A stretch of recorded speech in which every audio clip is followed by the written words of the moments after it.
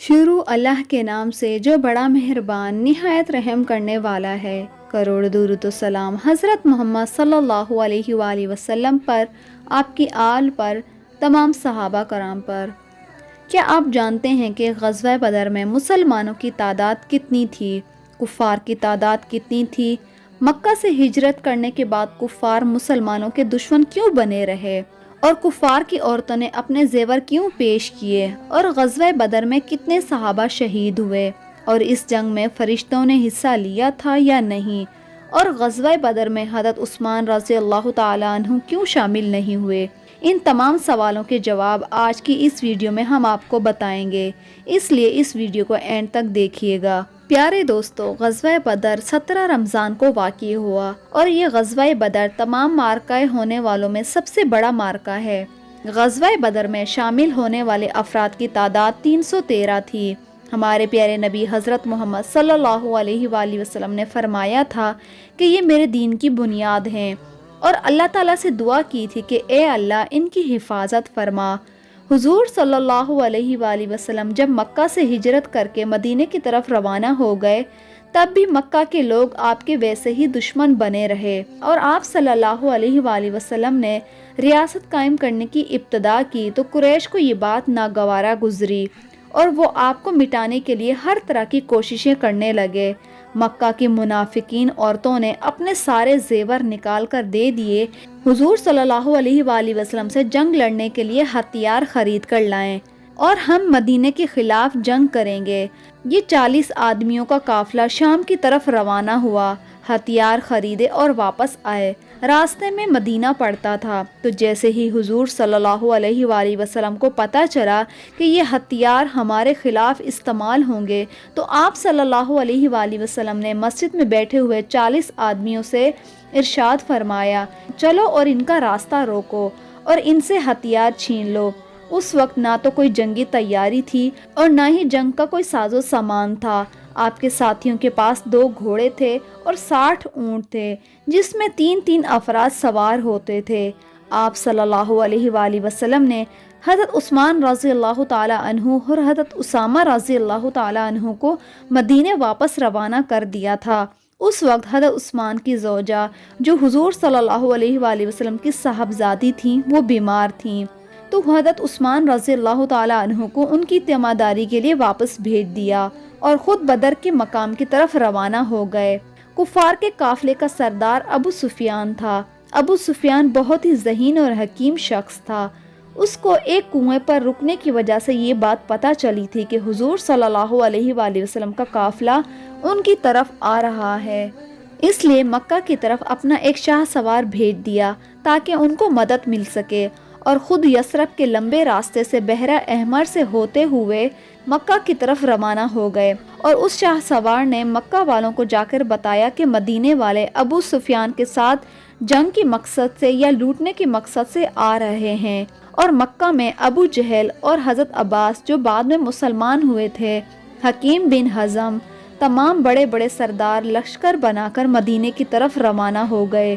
اور اس کے بعد ابو سفیان بحیرہ احمر سے دور نکل آیا اور اس کو خطرہ بھی محسوس نہیں ہوا، تو اس نے اپنا ایک اور شاہ سوار بھیج دیا کہ ہم حضور صلی اللہ علیہ وآلہ وسلم کی حدود سے نکل آئے ہیں، اب لشکر آنے کی، اب اپنا لشکر مکہ واپس لے چلیں۔ مگر ابو جہل نے اپنے غرور اور تکبر میں کہا کہ ہم بدر کے مقام پر جا کر شراب پئیں گے، لونڈیاں نچوائیں گے، اونٹ کا گوشت کھائیں گے اور اپنا جشن منا کر واپس مکہ آئیں گے، ایسے ہی واپس نہیں آئیں گے۔ اللہ کے نبی بدر کے مقام پر آ پہنچے، ادھر سے ابو جہل کا بھی قافلہ آ گیا۔ اس میں مسلمانوں کے پاس 2 گھوڑے اور کفار کے پاس 100 گھوڑے تھے، اور مسلمانوں کے پاس 8 تلواریں۔ ادھر مسلمانوں نے دیکھا کہ کفار کی تعداد مسلمانوں سے کئی گنا زیادہ ہے، کیونکہ مسلمانوں کی تعداد 313 اور مشرکین کی تعداد 1000 تھی۔ تو اس موقع پر کچھ مسلمان پریشان بھی ہوئے۔ حضور صلی اللہ علیہ وآلہ وسلم نے تمام ساتھیوں سے پوچھا کہ آپ بتائیں کہ کیا کرنا چاہیے، یہ نہ ہو کہ مدینے کے لوگ یہ کہیں کہ ہم کو مشکل میں ڈال دیا ہے۔ تو مدینے کے لوگوں نے کہا کہ ہم آپ پر یقین رکھتے ہیں اور اللہ کے اوپر ایمان لائے ہیں، ہم ہرگز واپس نہیں جائیں گے، اور ان سے مشورہ کیا، کیونکہ مدینہ منورہ سے مسلمان صرف ایک تجارتی قافلے کو روکنے کے لیے روانہ ہوئے تھے، کسی باقاعدہ لشکر کے مقابلے کے لیے نہیں نکلے تھے۔ اس پر صحابہ کرام نے باری باری اپنی رائے دی۔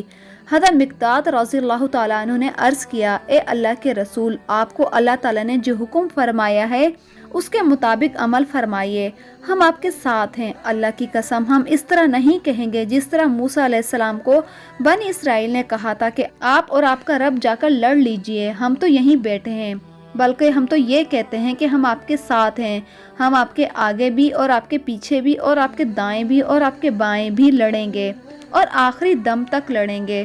حضرت مقداد رضی اللہ کی تقریر سن کر آپ صلی اللہ علیہ وآلہ وسلم کا چہرہ خوشی سے چمکنے لگا۔ آپ صلی اللہ علیہ وآلہ وسلم مسکرانے لگے۔ حضرت مقداد رضی اللہ تعالیٰ عنہ کو دعا دی۔ حضرت ابو بکر صدیق رضی اللہ تعالیٰ عنہ، حضرت عمر فاروق رضی اللہ تعالیٰ عنہ نے بھی تقاریر کی۔ ان کی تقریر کے بعد بھی نبی پاک صلی اللہ علیہ وآلہ وسلم نے انصاری حضرات کی طرف دیکھا، کیونکہ ابھی تک ان میں سے کوئی کھڑا نہیں ہوا تھا۔ اب انصاری بھی آپ صلی اللہ علیہ وآلہ وسلم کا اشارہ سمجھ گئے، چنانچہ حضرت سعد بن معاذ رضی اللہ تعالیٰ عنہ اٹھے اور عرض کیا، اے اللہ کے رسول، شاید آپ کا اشارہ ہماری طرف ہے، تو عرض یہ ہے کہ ہم ایمان لا چکے ہیں اور آپ کی تصدیق کر چکے ہیں اور گواہی دے چکے ہیں، ہم ہر حال میں آپ کا حکم مانیں گے اور آپ کی فرما برداری کریں گے۔ ان کی تقاریر سن کر حضور صلی اللہ علیہ وآلہ وسلم کے چہرے پر خوشی کے آثار ظاہر ہونے لگے۔ حضور صلی اللہ علیہ وآلہ وسلم نے فرمایا، اب اٹھو اور کوچ کرو، تمہارے لیے خوشخبری ہے، اللہ تعالیٰ نے مجھ سے وعدہ فرمایا ہے کہ وہ ہمیں فتح دے گا۔ اور آپ صلی اللہ علیہ وآلہ وسلم نے فرمایا کہ اب انشاءاللہ یہ جگہ مشرکین کی قبریں بنیں گی۔ آپ صلی اللہ علیہ وآلہ وسلم نے صفیں درست کیں اور فرمایا کہ آپ نے تیر چلانے میں پہل نہیں کرنا، کیونکہ اس وقت مسلمانوں کے پاس ہتھیار بہت کم تھے۔ تو لڑائی کا آغاز ہوا تو ان کفار نے کہا کہ ہمارے ساتھ لڑنے کے لیے ہمارا ہی مد مقابل بھیجیے، تو حضور صلی اللہ علیہ وآلہ وسلم نے حضرت علی، حضرت امیر حمزہ اور حضرت عبیدہ بن حارث کو آگے جانے کا حکم دیا۔ حضرت حمزہ اور حضرت علی نے ایک ہی وار سے ان کو مار گرایا۔ شیبہ اور عتبہ کے درمیان لڑائی جاری تھی۔ حضرت علی اور امیر حمزہ نے اس پر بھی وار کر کے ان کو ہلاک کر دیا۔ حضرت عبیدہ بن حارث کی ٹانگ زخمی ہو گئی، جو بعد میں مدینے کی واپسی کے موقع پر شہید ہو گئے اور ان کو وہیں ہی دفن کر دیا گیا۔ جب حضور صلی اللہ علیہ وآلہ وسلم کے پاس آئے تھے تو آپ سے کہنے لگے، حضور میں شہید ہوں، حضور میں شہید ہوں۔ آپ نے فرمایا کہ ہاں آپ شہید ہیں۔ یہ وہ واحد جنگ تھی، اس جنگ میں حضرت جبرائیل علیہ السلام اور حضرت میکائیل علیہ السلام فرشتوں کی جماعت کے ساتھ آئے تھے۔ حضرت علی فرماتے ہیں کہ ہم کو تیز ہوا محسوس ہوئی تو میں نے حضور صلی اللہ علیہ وآلہ وسلم سے پوچھا، حضور یہ کیا ہے؟ حضور صلی اللہ علیہ وآلہ وسلم نے فرمایا کہ جبرائیل اور میکائیل علیہ السلام فرشتوں کی جماعت کے ساتھ آئے ہیں، اور یہ پہلی جنگ تھی جس میں فرشتے بھی شامل ہوئے تھے اور انہوں نے کفار کی گردنیں بھی اڑائیں۔ حضرت جبرائیل علیہ السلام نے ایک مرتبہ حضور صلی اللہ علیہ وآلہ وسلم سے پوچھا تھا کہ آپ کے صحابہ میں کون سے صحابہ افضل ہیں؟ آپ صلی اللہ علیہ وآلہ وسلم نے فرمایا، جو بدر میں شامل تھے۔ حضرت جبرائیل علیہ السلام نے فرمایا، جو فرشتے 1000 کی تعداد کے ساتھ بدر میں شامل ہوئے تھے وہ بھی اللہ تعالیٰ کی نظر میں مقبول ہیں۔ یہ پہلی جنگ تھی جس میں مسلمانوں کو فتح حاصل ہوئی، جس میں 70 کفار مارے گئے اور 70 قید ہوئے، جبکہ مسلمانوں کے 14 صحابہ شہید ہوئے۔ جنگ بدر وہ جنگ تھی جس میں اللہ تعالیٰ نے مسلمانوں کو یہ سبق دیا کہ تعداد سے فرق نہیں پڑتا، بلکہ مسلمانوں کے ایمان سے جنگ جیتی جا سکتی ہے۔ اور آج کے تاریخ میں مسلمانوں کی تعداد جتنی بھی زیادہ ہے مگر ان میں ایمان کی کمی ہے۔ اللہ تعالیٰ سے دعا ہے کہ اللہ تعالیٰ ہم کو ایمان کی دولت نوازے تاکہ پوری امت مسلمہ ایک دوسرے کی مدد کر سکے۔ آمین۔